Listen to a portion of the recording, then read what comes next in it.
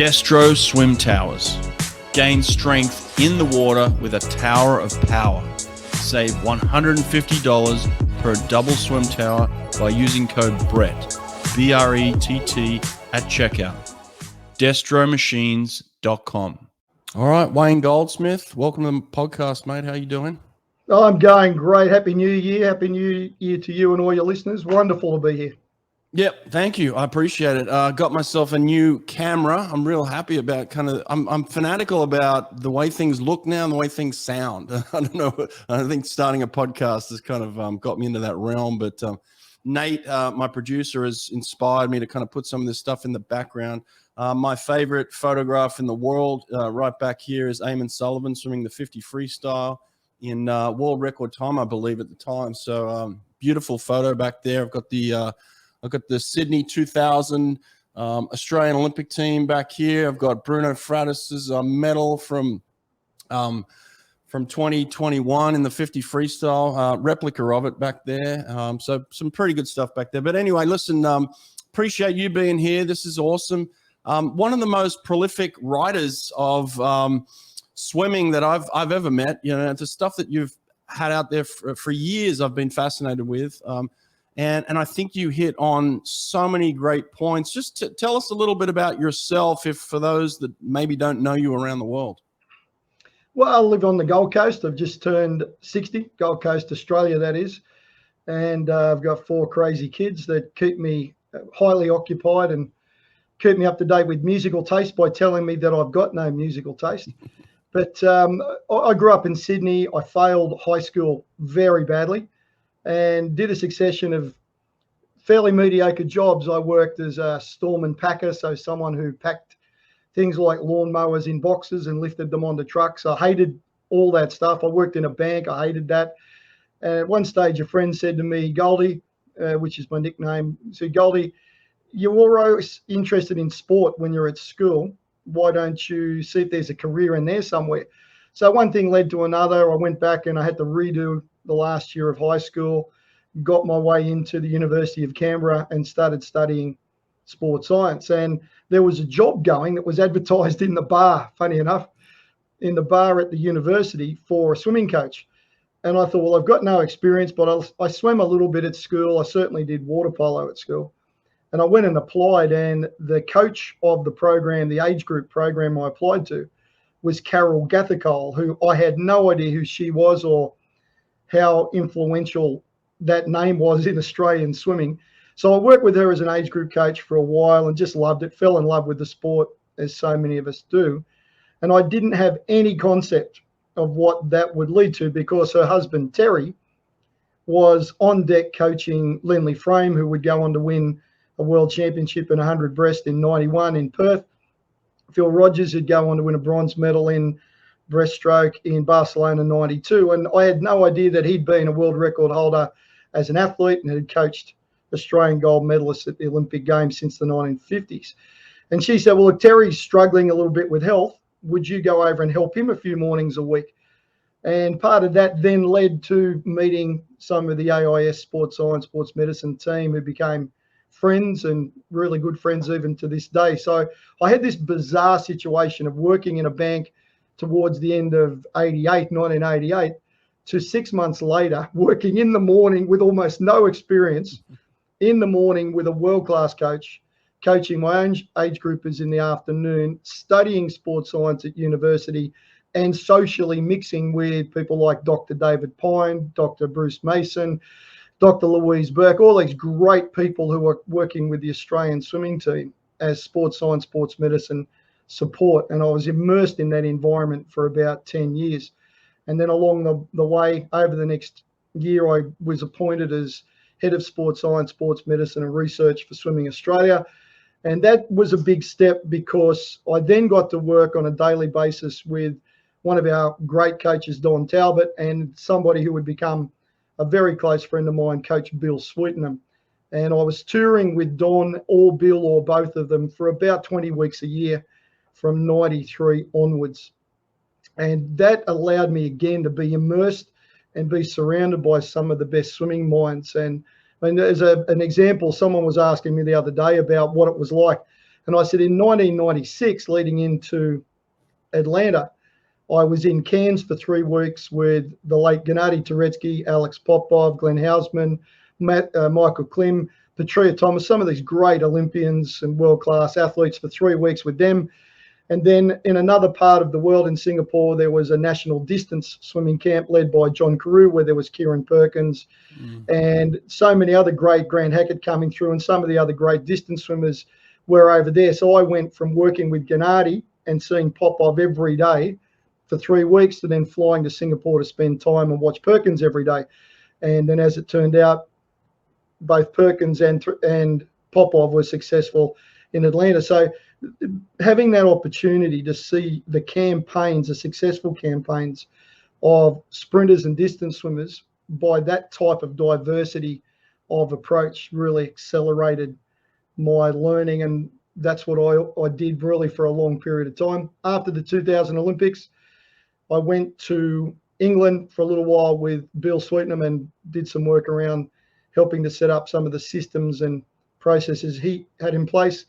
Came back and did a interesting concept called the post-host review, which was something the Australian government wanted me to do, where I went and visited the nations that had hosted the Olympics since the 1960s to try and understand what they'd done leading into the home Olympics and then what they changed after hosting the home Olympics. That was a very insightful process. Somehow got picked up into the Australian Triathlon program 2003 and walked in the Athens opening ceremony with the Australian team in 2004. From that, some connections got me into things like rugby league, Australian rules, cricket, motorsport, believe it or not. And for the last 15, 16 years, that's what it's been very much like, is that I drift in and out of different engagements, sometimes with football codes, sometimes with professional sports in other areas, but always come back to my first love, which is swimming and aquatic sport. Mate, interesting life, interesting story. But what about the writing and the recording and the sharing and the coaching of coaches? When did all that kind of start to take place? Well, I always loved to write, but lacked confidence. And in going back to 19, I think it was probably 1990 even, there was a writing competition in Australia, which was funded by a former cigarette company here. And they were looking for people to write something in coaching and sports science, bridging the gap between coaching and sports science. And even then, I thought the way that we taught energy systems, for example, was completely wrong, because you'd sit at a level 1 coaching course and they'd say, well, look, there's ATP, CP, there's lactic energy system, then there's aerobic system. And I remember talking that over with candidates, and they would say, well, it means that first 10 seconds is only ATP, CP, and the first minute is only lactate, and after that it's only aerobic. I said, well, no, they all work at the same time. They're just different degrees and different levels.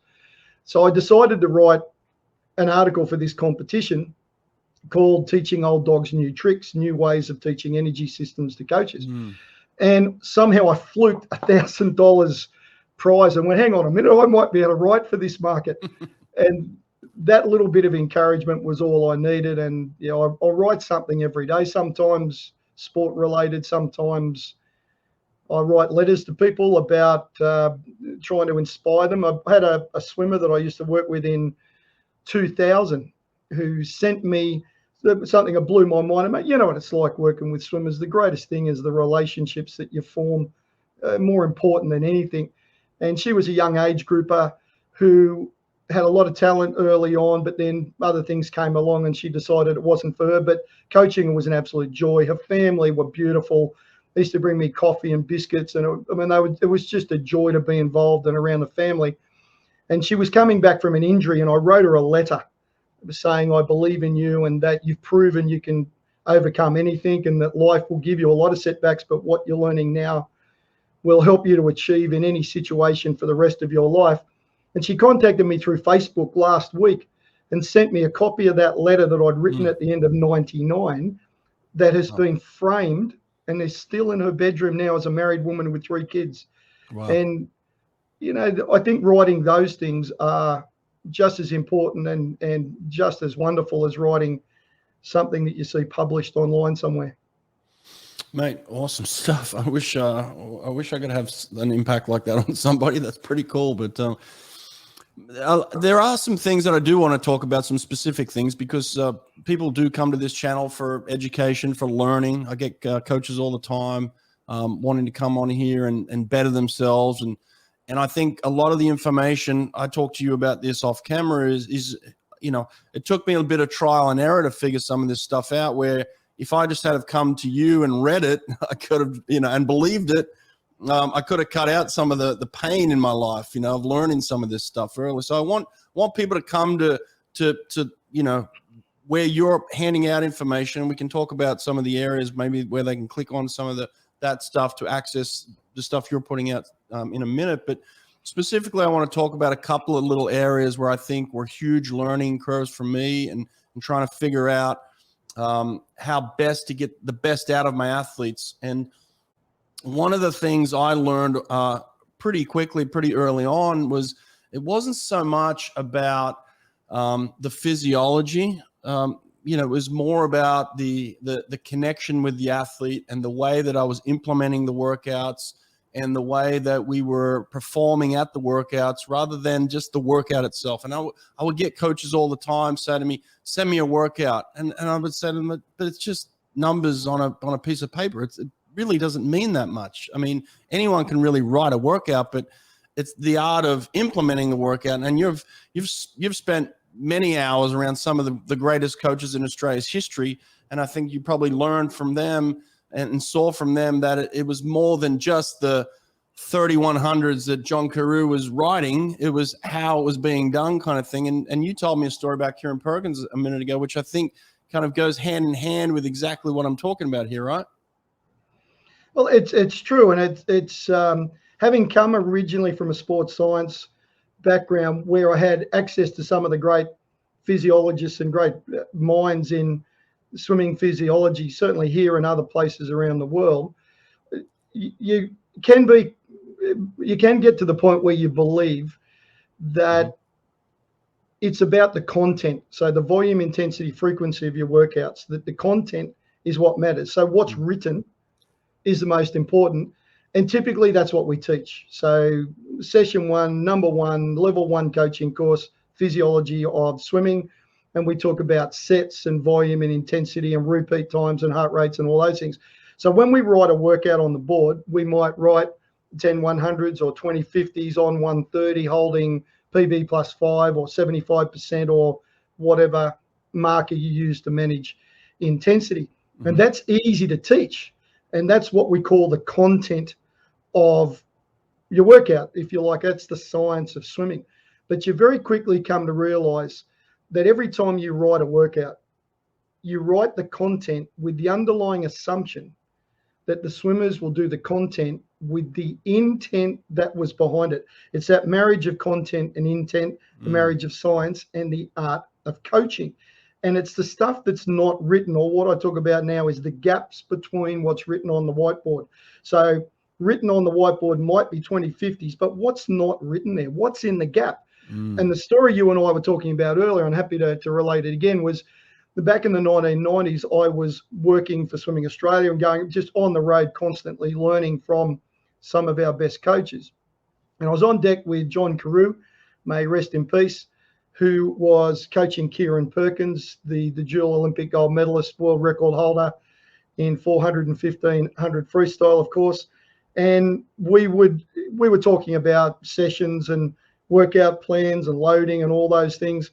And I remember distinctly 2 things that he said. He said, if I'm so good, where's the rest of them? And what he meant by that, when we started to talk, he said, they're all doing the same workout. Why does he get a different result? And someone might argue, well, there's genetic differences. Yes, there were. But what I observed was this, is that Kieren was doing a set of hundreds. He was doing them on around about 140.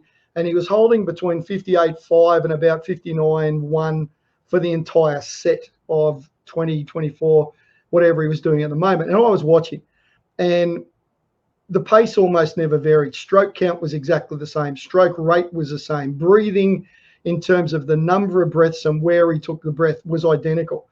And I said to Carew, we were talking about the workout, and he said the difference between Perkins and the rest is they're doing 24 100s. He's doing one perfect 100 24 times in succession. So he knows he can do that when and where it really matters. And, you know, it's like the light goes on your head that coming in at that time, working mainly in sports science for Swimming Australia, I'm looking at what's written, but there's this magnitude, these piles and piles of intent and assumed knowledge and instinct and intuition. And Carew used to talk about teaching a lesson a week. He said one of our simplest tasks as a coach is to teach our athletes one lesson a week. That's 52 lessons a year. If they're with you for 5 to 6 years, that's hundreds of lessons that they've got and they've accumulated. So when they get to that level, he's swimming that set of hundreds with that accumulated lesson a week. And all those little things about when to breathe, where to breathe, stroke count, stroke rate, where to streamline, where to come out, where to break out, that's been there and been placed by that lesson a week concept over such a long period of time. And because I've been exposed to so many people like him and then internationally with coaches in different parts of the world, you start to realize that it's the gaps and what's not written that defines great coaching. Man, I love that story. I just love it. I'm gonna clip that. Nate's gonna clip it for us, and we're just gonna replay that because it's so powerful. It's so true. So many. It doesn't even have to be the 24 100s that you talk about. It could be anything. But you take the concept of exactly what you were talking about with the way Kieren was doing it, and you take any of the best athletes that I've ever coached, and that's exactly what they were doing time and time again. It is just figuring that out. And once an athlete can figure that out, then you create separation with everybody else. That's when you become the Kieren Perkins. And you're right. Kieren had some things about him physically that maybe separated him from other people for sure. And some of the great athletes do. But I'm telling you, it's the application of the process, daily process, that really separates people. And I love that aspect of their event, heat, lane, name of swimmer, times and places. It's called Swimnerd Live, and it allows the data and times from your actual scoreboard to be broadcast and viewed in real time on any smart TV, phone, or other device. There are so many things you can do with this software. A very simple and easy to use necessity for any team or facility that is live streaming their meets results. One click on any device and they're watching your swim meet live in real time. Go to swimpractice.com to learn more. You write about commitment, and it's really difficult to coach commitment.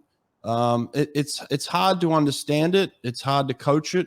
I wrote some notes here where you talk about empower, inspire, and the power of their choice. I love those things. Can you talk to me about commitment a little bit here? Well, this comes from a session on deck with somebody we both know and admire, Coach Marsh, David Marsh, or as we would say in Australia, mate, as you know, Marshy. That I had a great honour when Frank Bush was running the US team and they were here for Panpacs on the Gold Coast. I got invited to attend a few sessions, and as you know, the rivalry between Australia and the US, it was like being invited into the belly of the beast, into the heart of the enemy. And look, it was great. And of course, in the water, I think Missy was still swimming, and Michael was, of course, there, and Lochte was there, and Ledecky, and I mean, all the great swimmers were. And for me, it was fantastic to watch them go about doing what they were doing, because I'd seen the Australian team many times, but to see the way that they did what they do and have conversations with coaches was wonderful.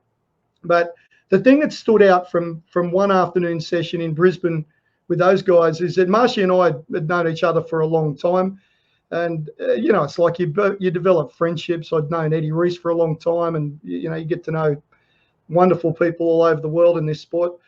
And Marshy and I were talking, and the question I asked him is one that I ask a lot of coaches. I said, if you were going to recruit someone to your program, but you weren't allowed to use physical indicators, so you couldn't look at their best high school times, you couldn't look at their best US age or open times, you couldn't test them. If you were going to recruit them on a non-physical quality, what would it be? And he said commitment. And I said, agree with you. I said, the problem is, Marshy, is, as you know, we can measure physiology, speed, agility, endurance, power, and we can coach those things. The issue we've got is that coaches who've been in it for a while know that commitment is key, because once you say the athlete is committed, it takes what it takes. There are no excuses. You just get the job done. The challenge is, what is commitment? If I try to coach that in my training programs, how do I coach commitment? Now, David Marsh came up with this, and I always credit him, and because it was so simple in its understanding and definition. And the beauty is, from this understanding, you can coach commitment, because he said, you know what I think, and this is David Marsh talking. He said, you know what I think is that the difference between an athlete who's committed and not committed, he said, it's like the difference between the easy way and the hard way. And he said, I think that a committed athlete, when given a choice, and the word, when he said choice, okay, that's changed the last 10 years of my thinking, 7 years of my thinking, that he said that when you give a committed athlete the choice of doing things the easy way or the hard way, they will choose the hard way, or if you like, the easy way and the right way, they will choose the right way. And it just happened that Lochte was in the pool doing some steady aerobic work. And Marshy, it was just, again, a magic moment, like the Perkins issue, that Marshy said, let's walk with him for a while. I mean, what an opportunity to walk next to Lochte with David Marsh. And he said, when he gets to the flags, like every swimmer in the world, he's got a choice. He can breathe inside the flags. He can decelerate. He can spend time on the wall by being a bit too tightly tucked. He can have a rest on the wall. He can come up before the flags. He can breathe on first stroke. Or he, not me as coach, he can choose to not breathe inside the flags, to accelerate in and out, to explode off the wall, to not breathe until his ankles are way past the flags, kick powerfully to the surface, not breathe first 3 strokes, and continue. And then Marshy said, let's see what he chooses. And Marshy did nothing, no signals, nothing, just, and then of course Lochte, being the great underwater practitioner that he was, chose to do things the right way. And we went out, we talked about this for hours, but then what that's done, Hawke, when I do courses and conferences now with coaches, is I say, guys, it's about choice. Instead of saying to the athletes, you will do this, you present options and then give them the opportunity to go, what would happen if I didn't breathe there? What would happen if I exploded off the wall? What would happen if I breathed every 3 and fly instead of every 1? What would happen if I came to the middle of the lane with 10 meters to go in every repeat and exploded race style to the wall? That's the beauty of this concept of the power of choice, is that once swimmers go, and I'm not talking about 5-year-olds, once swimmers have got, if it is to be, it is up to me. If I choose to do this the right way, the cumulative effect of that is going to give me what I want. But that all came from David Marsh saying 2 things. Easy way, hard way is the definition of commitment. And it's about the choices that the swimmers make. And, again, I've got nothing against physiology. As I say, some of my best friends are physiologists, but I just don't think physiology is the cornerstone of coaching success. I just think it's a tool. And the more I spend time with people like Carew and Marsh and some of the others I've had the chance to work with, the more I'm convinced that we overplay physiology and we underplay coaching. Well, mate, I was off camera there just because I wanted to get a close up of you do that, but I'm here and I'm listening with intent. But that word intent, that's kind of the word that I use instead of choice. I do a lot of clinics around the country now, and the first thing I do when I go to a clinic with kids I've never met before in a variety of skills, in a variety of ages, we tend to kind of line them up from 12 to 17. We'll have a couple hour session. And I've never met these kids before. And I say, okay, give me a 200 warm-up. They get in and they just slop around. I get them out of the water, and I talk about this word intention. Okay, and then it's kind of similar to choice, but what is your intention? Every time you approach a wall, you have a choice, and your intention can be, I'm going to get into this wall and out of this wall the best I know how to. And that's kind of what I talk about. We talk about intent, for me.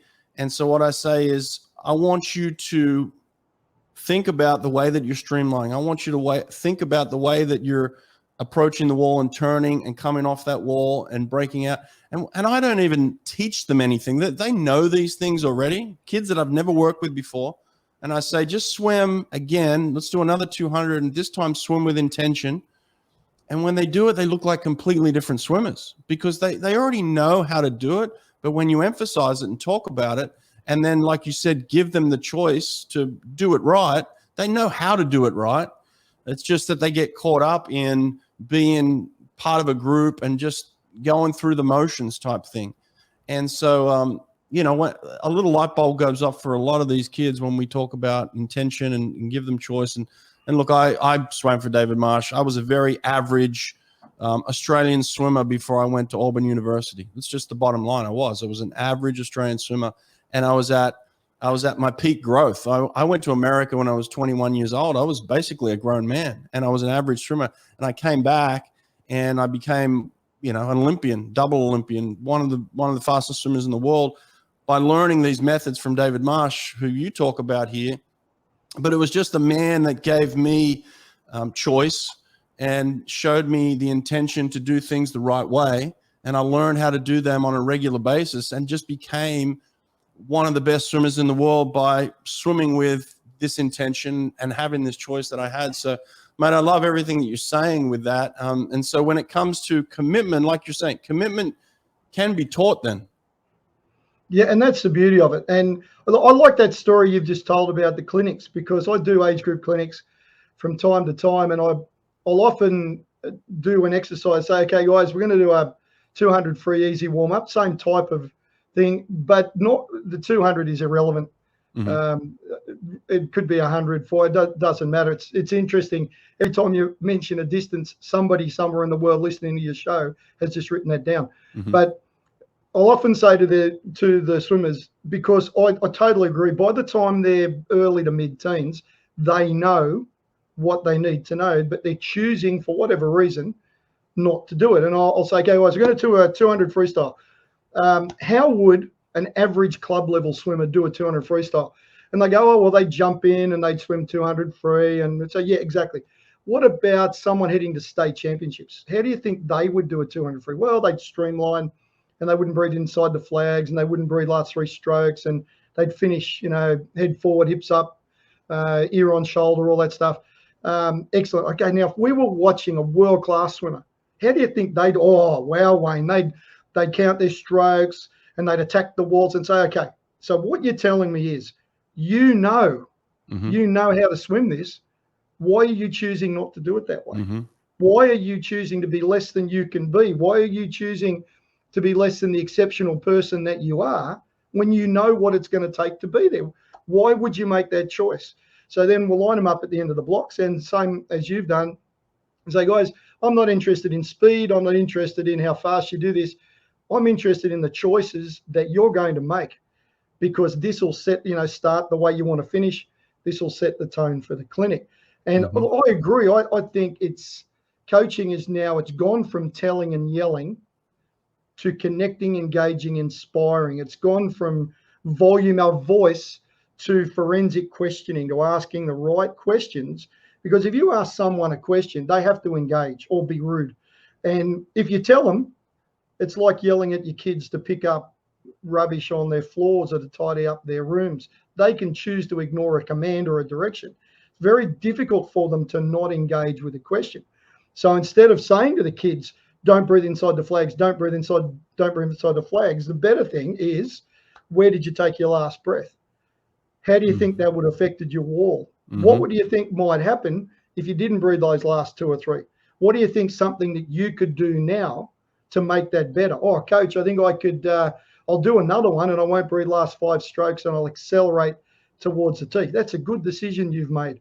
It's just a matter of reframing the information we're giving them. Instead of it being me telling and giving, it's about me saying, let them come up with a solution themselves, because then they own the solution. They then take responsibility for swimming the solution that they themselves have come up with.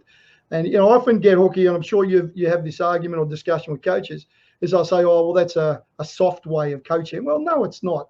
We've just gone from saying to athletes, I will drive it, I will give you the energy, I will push, to saying, now you and I are going to work together on this. You already know what you need to do. I'm going to give you the opportunity to make the choices that will help you get where you want to go. And I'm going to facilitate it. I'm not going to make you do it. I'm not going to force you to do it. I'm going to empower you to make choices that will give you everything that you're looking for. Mate, I love that. Love it completely. I couldn't agree anymore. I wish I could apply it to my children, actually. I wish I could yeah, good luck. Me too. Tell me how to. Got some twin girls up there right now. I'm like, I'm trying to figure this out. How can I apply this to them? Looking to host your first swim meet or replacing an old timing system? Run a swim meet with ease from your laptop using Superior Swim Timing. You can use Superior Swim Timing with your existing equipment, or they can provide you with a complete timing solution, including deck harnesses, buttons, and starter.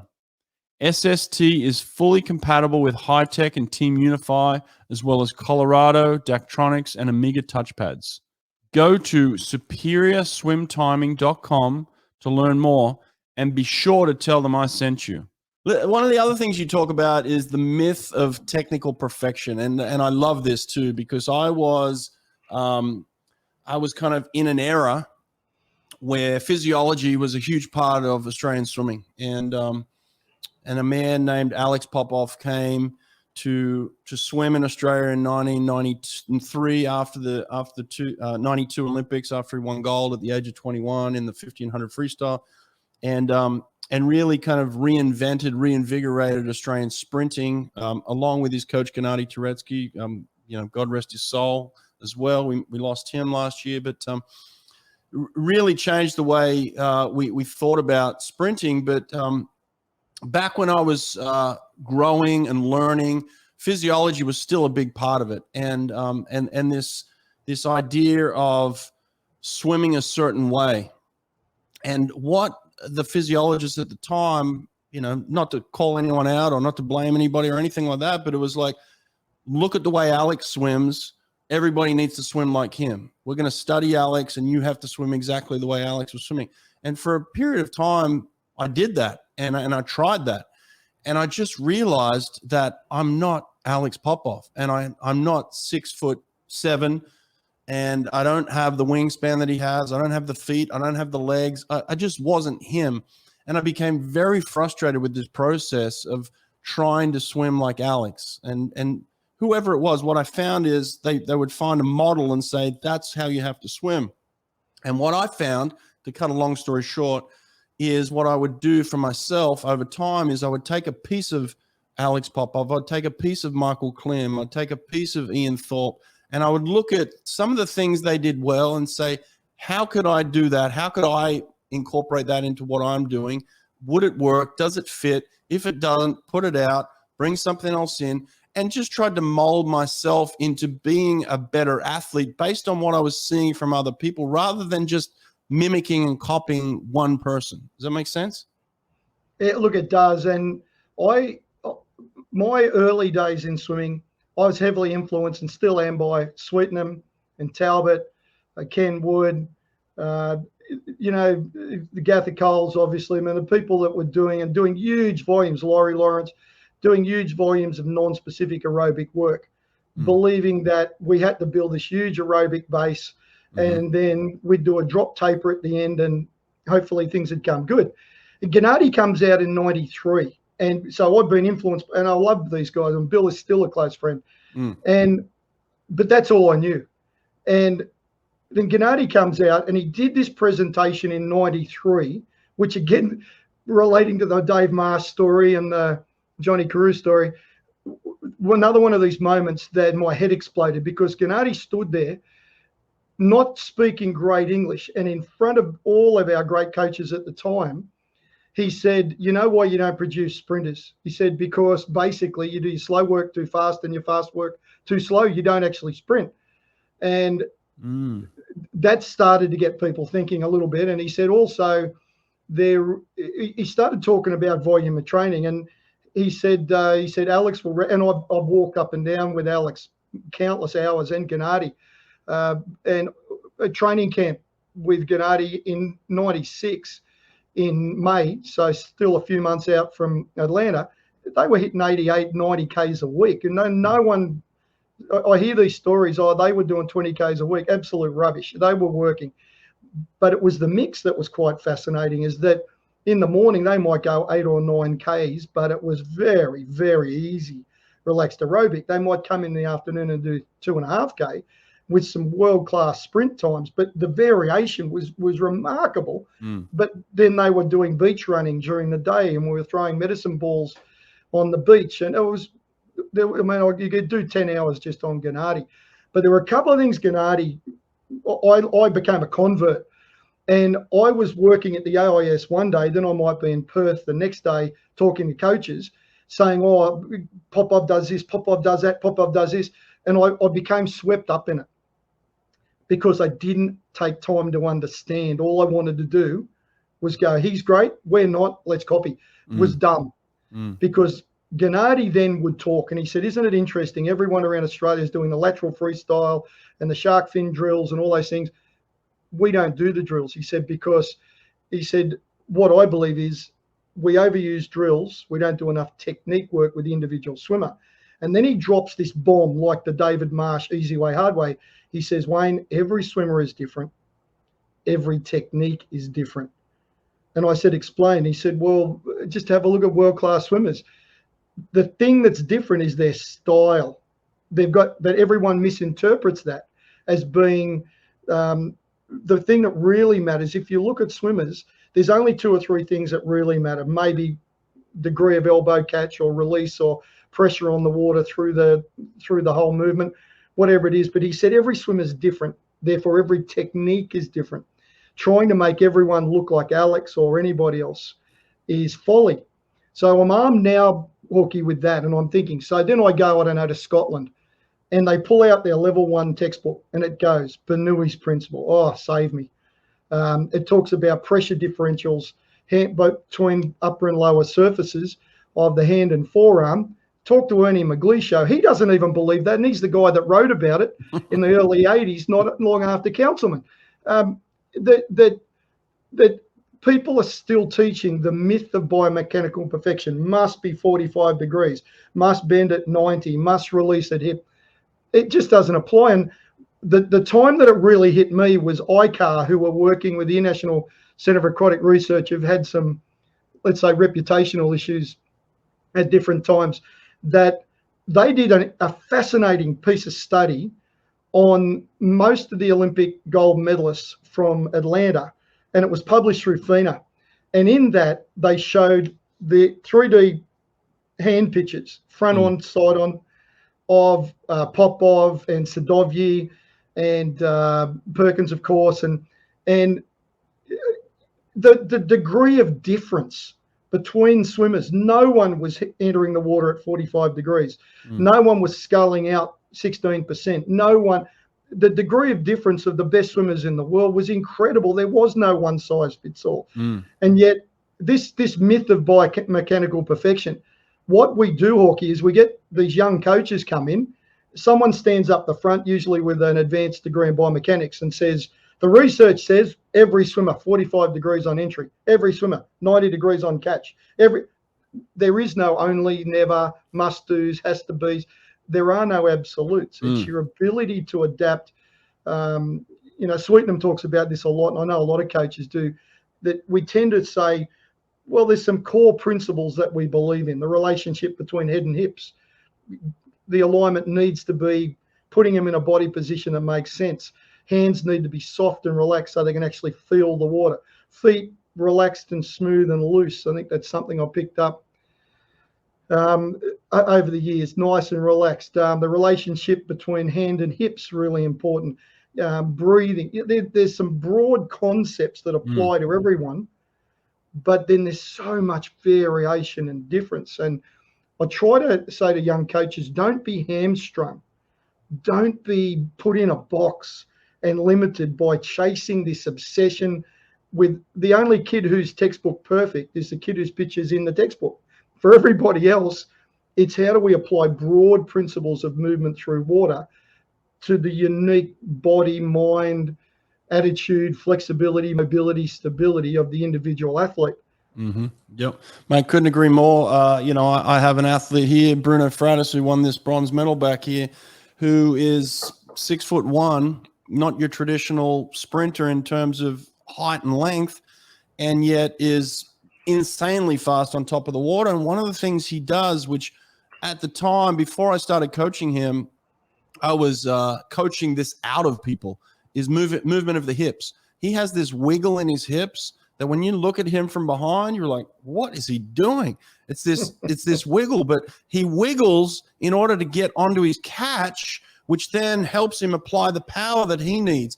Now, if I was to teach this across the board, it would be a tragic mess for a lot of people. If I was to coach this out of him, he'd be a completely different athlete, wouldn't be catching any water. He'd just be another 6'1" guy who doesn't really swim that fast.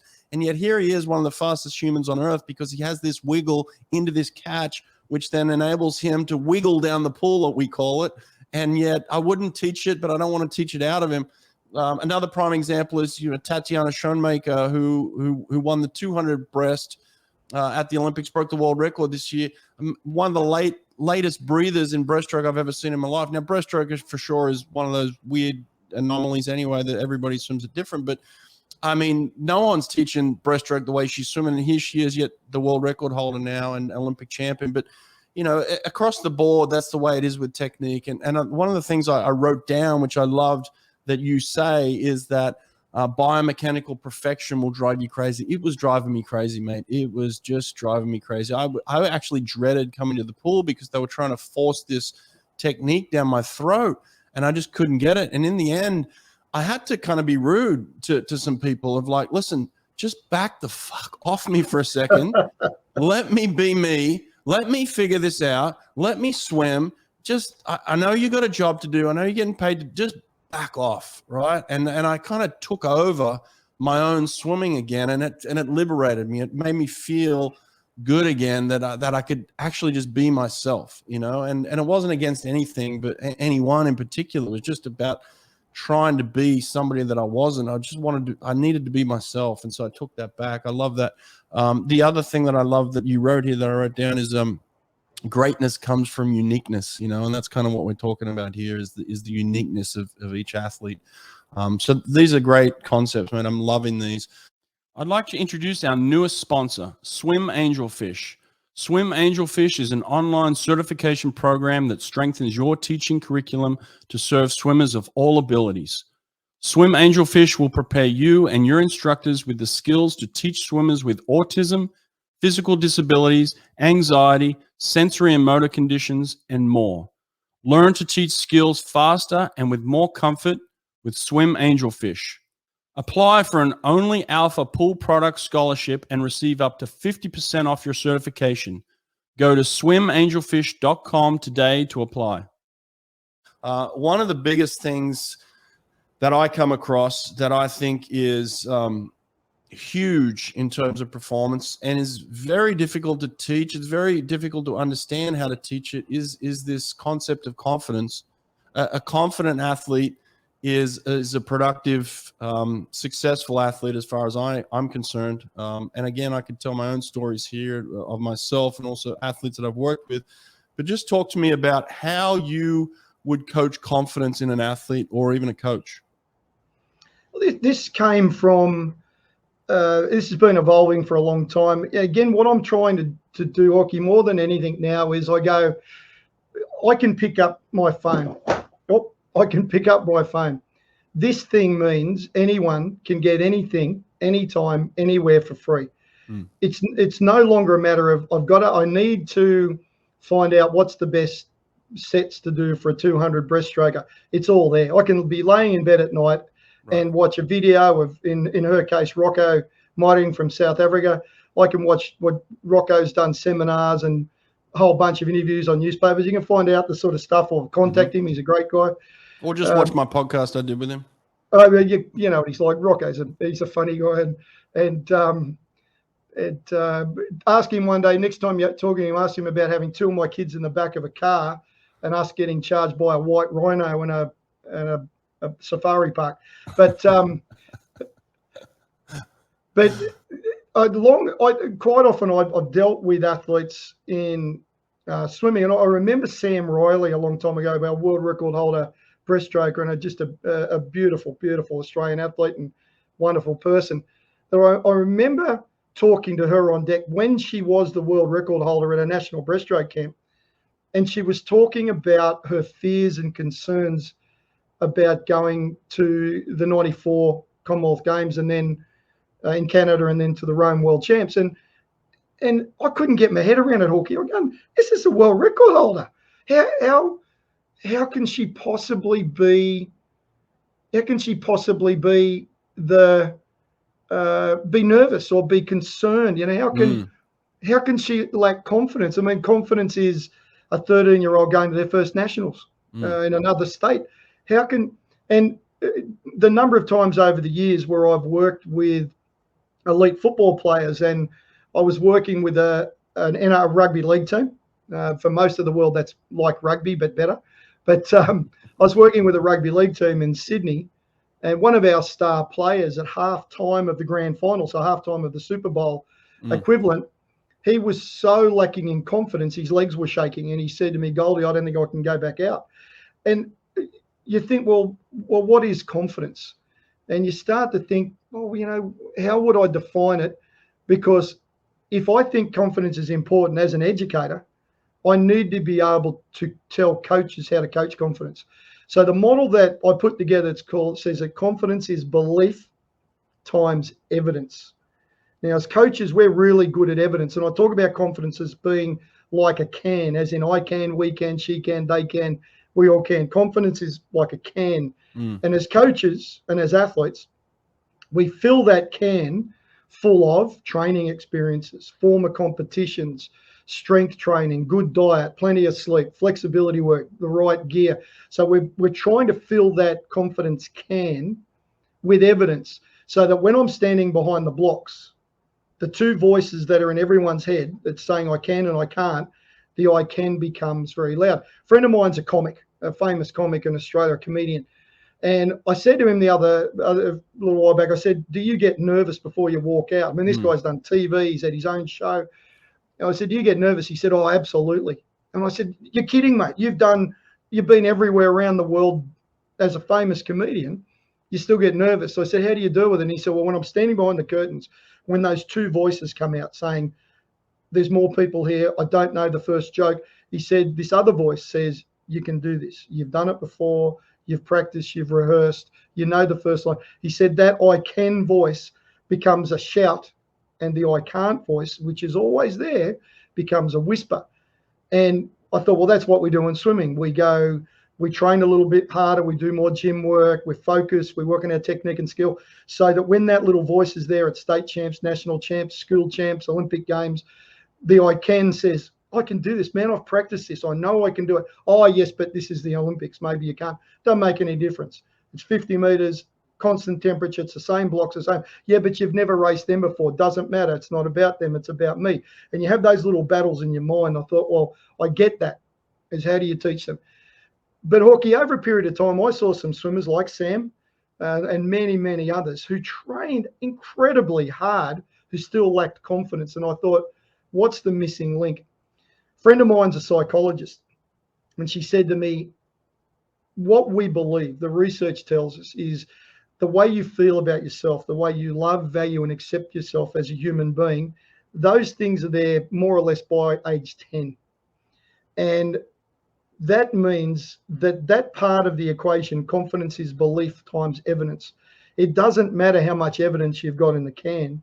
If I lack that ability to love myself for who I am, to accept me for who I am, to just value me for being me, if that's not there, then I can put all the evidence I like in that. I'm still going to lack belief. And you and I both know Olympic athletes who've gone away who haven't performed at their best when and where they should have, not because they didn't train enough, but because they lacked that essential element of belief.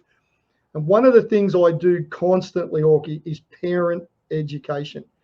And I work with parents to say that the greatest gift you can give your child isn't a pair of $1,000 swimming costumes. It's that they go to bed every night knowing with absolute certainty that they're loved, valued, and accepted for no reason other than they are who they are, that they have absolute faith in the unconditional love that you've given them, and that's their rock, that's their foundation. Because if parents get that right, we know we'll do our job. We know coaches and athletes will do their job and fill the can with evidence. But that belief bit about how the athlete really feels about themselves when it matters most under real fatigue and pressure situations, we've got to get that right.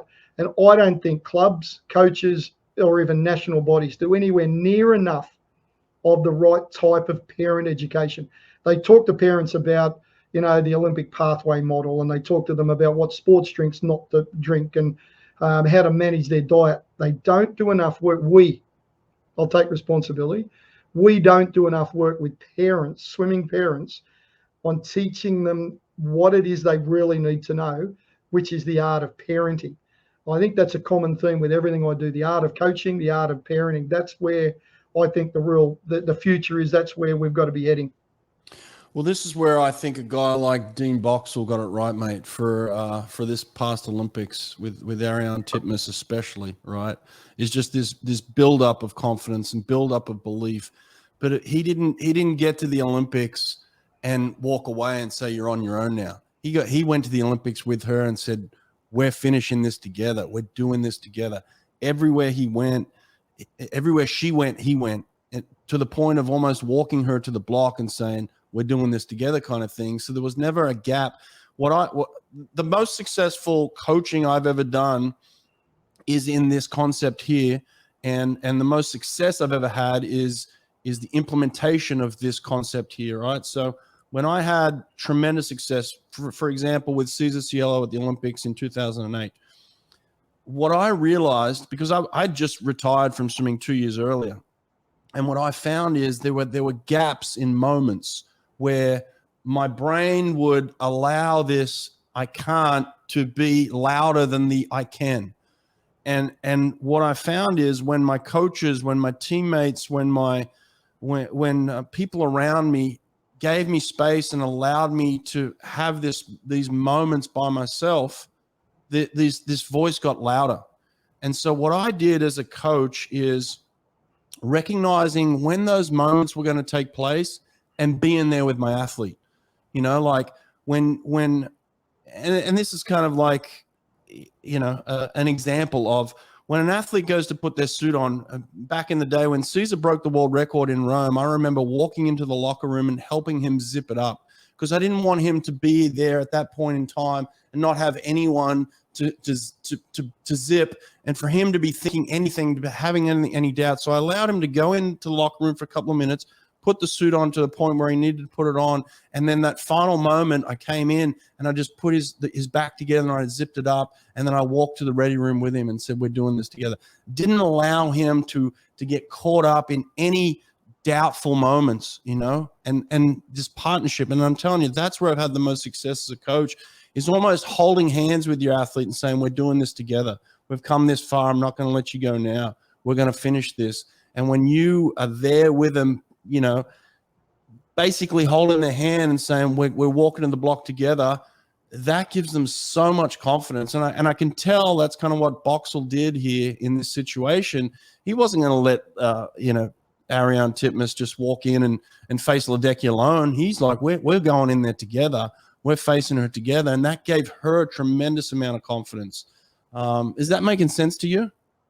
It's a great story and a great concept, and what a brilliant job he did, what they both did at the Olympics. Yeah, look, you talk to the psychologist, and it's very difficult, knowing this will upset them, it's very difficult to find a great sports psychologist who understands the difference between what I call welfare psychology and genuine performance psychology, because look, in a perfect world, we can give the swimmers the mental skills that they need to be completely independent, strong and resilient, walk out there by themselves and take on the world, be brilliant at mindfulness, recognizing negative thoughts and just letting them fly away without taking them out, and all those things.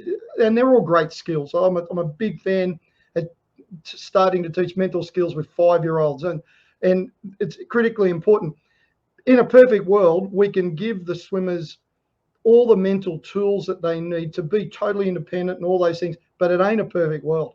And everyone's got little flaws and fractures and breaks and problems and stresses and things that they're dealing with from different parts of their lives. And that's where the relationship between coach and athlete becomes powerful, and the understanding of knowing your athletes. And look, going back to that football example, so we were the highest level of professional football in that code in Australia. Players receiving close to $1 million a year. And I've got at halftime of our Super Bowl, the NRL Grand Final, at halftime, the player is sitting, a highly experienced player, but at that moment in time, just couldn't go out after the halftime break.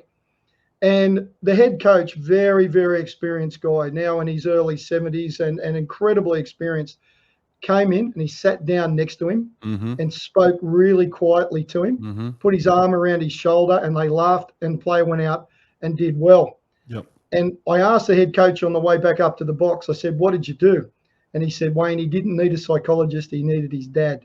And that was it, is that he knew it. I could have stood there and shouted slogans and talked about the training and the lead up and how great he'd played and how amazing his stats were in the first half. He didn't need that. What he needed was someone who knew him, who cared about him and loved him, to sit down next to him, tell him, hey, mate, I'm here. I'm here for you and I believe in you. And then off he went. Yep. And that's underrated. I think the psychologists have got a lot to offer, but trying to solve those types of problems or prepare athletes to win when and where it matters purely on mental skills alone, it's not about that. There are, like the physiologist, they're a tool to be used at the right time, in the right way, in the right situation, but it's always going to be athlete-coach relationship that determines pretty much everything that happens in our sport. Yeah, mate, I couldn't agree more with that concept either. Like I said, I've had my best success doing little things just like that. It's just that moment where the athlete needs to feel that there's a partnership. Then they're not alone. This isn't on you. It's not the end of the earth. We're in this together. Win or lose, we're going up together. We're going down together. Whatever it is, we're all here. We're doing it together, and that's been the key. And like Bruno back here, this Olympic medal. I'm texting him. I'm FaceTiming him that day. I'm texting him up to the moment before he walks behind the block, just to let him know I'm with him. Even though I wasn't in Tokyo, I wanted him to know I was right there with him. And that's an important aspect of coaching that you're not going to find in most books, but you're going to find it in a lot of the literature that you write, mate. You write really good stuff. So just in terms of that, where can people access some of your information? Usually a great place is I write a section in Swimming World called Gold Mines. I've done that for about 20 years, and there's always a topic in there that I'm interested in, and quite often that I've picked up from other sports on confidence or belief or choice, which is a big theme at the moment. Social media, I tend to put a lot of things on LinkedIn. I'll wake up in the morning and go, well, I've got an idea I want to share with people. I don't know about you, but I found there's not a lot of money in this business, but you sleep well because every day you're helping somebody. And so quite often through, if you just Google Wayne Goldsmith, LinkedIn or Facebook, I've got a website with WG Coaching School where I've got courses that coaches can do on the soft skills of swimming coaching, but a lot of it is on just improving coaching generally. How do you get better at coaching? And they're always a story. I mean, you know what it's like with the work you're doing now, the great work that you're being recognized for, and it's brilliant that out of a session like we've just done, what will people remember? A couple of catchphrases, but probably the David Marsh story, the Carew story, maybe the Sam Riley story, the footballer story.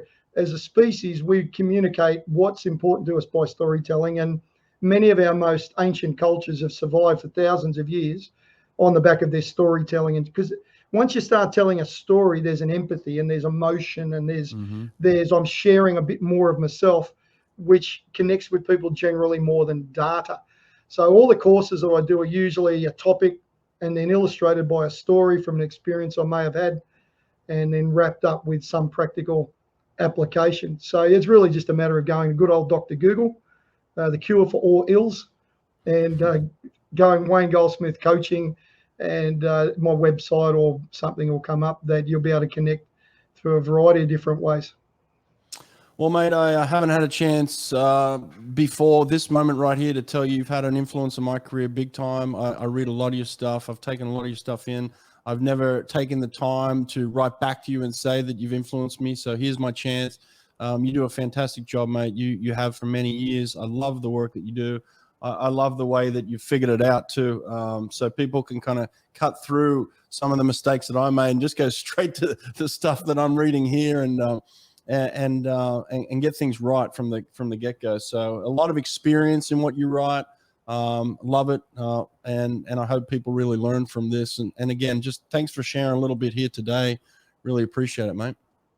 Yeah, my pleasure. And congratulations on the great work you've done. I followed your career as well from a distance for a long time, because we met many, many years ago, and I've always followed what you've done. I can't take credit for anything I do. I stand, as they say, I stand on the shoulders of greats. And if it wasn't for Forbes Carlisle and Bill Sweetenham and Don Talbot and John Carew and David Marsh and Dave Solo, a Bancheck, some of those great people that have given me their time, that if I didn't have the opportunity to stand on their shoulders, you'd probably be talking to yourself right now, because I wouldn't be here.